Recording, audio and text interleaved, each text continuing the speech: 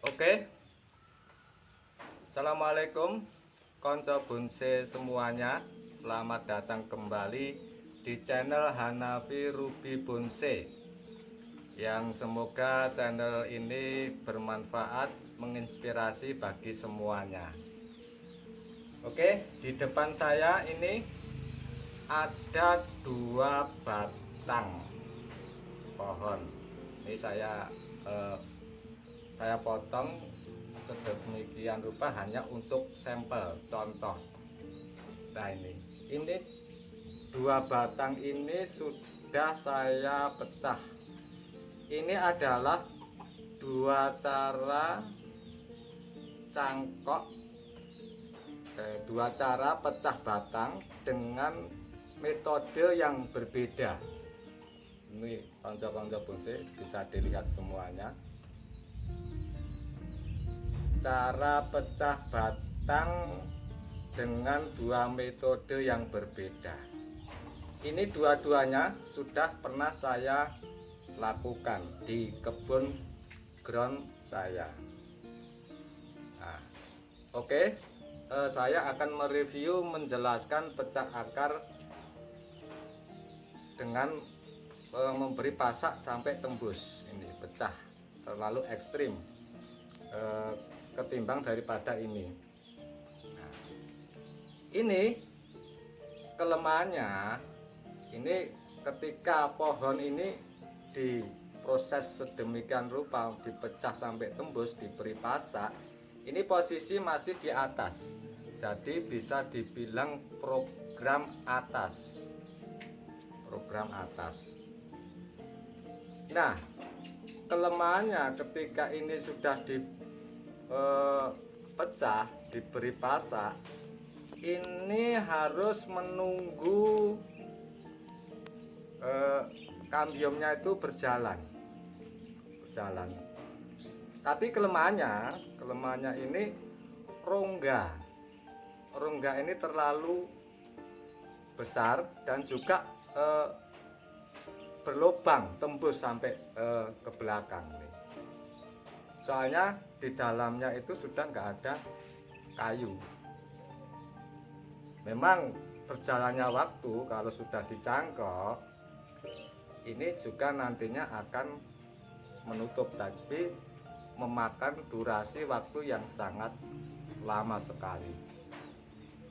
Kalau pengalaman saya, ini ya sudah saya pernah lakukan. Ini program atas, sebelum saya mencangkok, pecah batang dulu. Ini menunggu kambium berjalan ke dalam ini kurang lebih tergantung jenis pohon. Kalau pohonnya itu jenis ficus, itu 6 bulan sudah ini sudah separuh kambiumnya sudah separuh menutup ke dalam. Dan kalau sudah separuh menutup ke dalam, ini nanti dikelupas, ini kelupas, terus cangkok. Nah, kelemahannya sudah saya bilang tadi, ini tembus, berlubang sampai ke sisi belakang karena di dalamnya sudah nggak ada kayunya, nggak ada isinya. Oke, sekarang pecah batang metode ini. Nah, metode ini tadinya saya pahat ke dalam kurang lebih 1 cm dalam. Nah, dengan metode pecah batang seperti contoh ini juga nantinya posisinya masih di kebun, ini masih hidup, pecah akarnya masih posisi hidup, dan ini program atas sebelum kita cangkok. Ini juga nantinya, kalau menurut saya, menurut pengalaman saya, ini juga nanti menunggu kambiumnya berjalan. Sebelum kita ganjal pakai batu ataupun ini pakai kayu, ini menunggu kambiumnya berjalan ke dalam terlebih dahulu. Dan ketika kambiumnya itu sudah berjalan menutup, ini baru kita pahat ya, kurang lebih 1 cm. Terus kita renggangkan kayak gini. Nah, tadinya kan kayak gini nih. Ini bisa dilihat konco-konco bonsai semua. Ini terus kita regangkan. Ini kita ganjal pakai kerikil ataupun kayu. Nah, ini sudah kita lihat. Nah, kelebihannya pecah batang metode ini enggak berlubang sampai tembus ke belakang, karena kayunya tidak kita pecah, cukup kayu luar saja. Ini dalamnya masih utuh, jadi tidak berongga sampai tembus. Kelebihannya itu satu. Dan kelebihan kedua, kita kalau melakukan metode pecah batang seperti ini, enaknya itu tidak sejajar, bisa kita atur ritme pecahannya ini. Ini saya lakukan zigzag, ini atas, ini bawah, ini atas lagi, bawah, atas lagi, ya bawah. Nah, ini saya bisa lakukan cara zigzag. Ini untuk nantinya ketika pohon itu sudah di ground, di lahan, ini hasilnya akan lebih natural, lebih alami ketimbang metode ini. Nah, kalau metode ini kelemahannya, ini harus kita tali terlebih dahulu.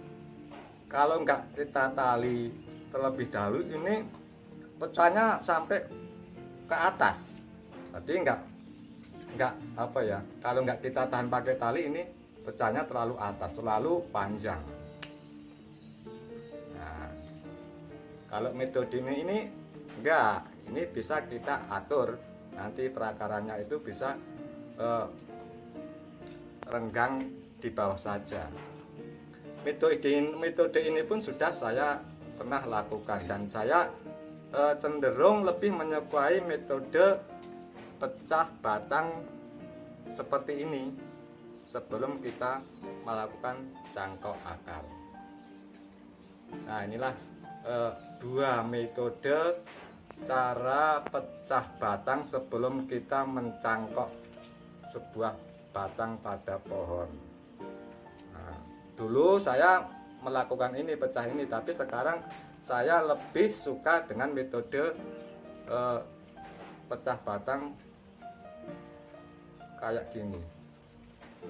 Ini kesannya natural, alami, dan mungkin di episode selanjutnya akan saya beri contoh antara metode ini dan juga metode ini di kebun saya yang sudah proses selama 1 tahun kurang lebihnya.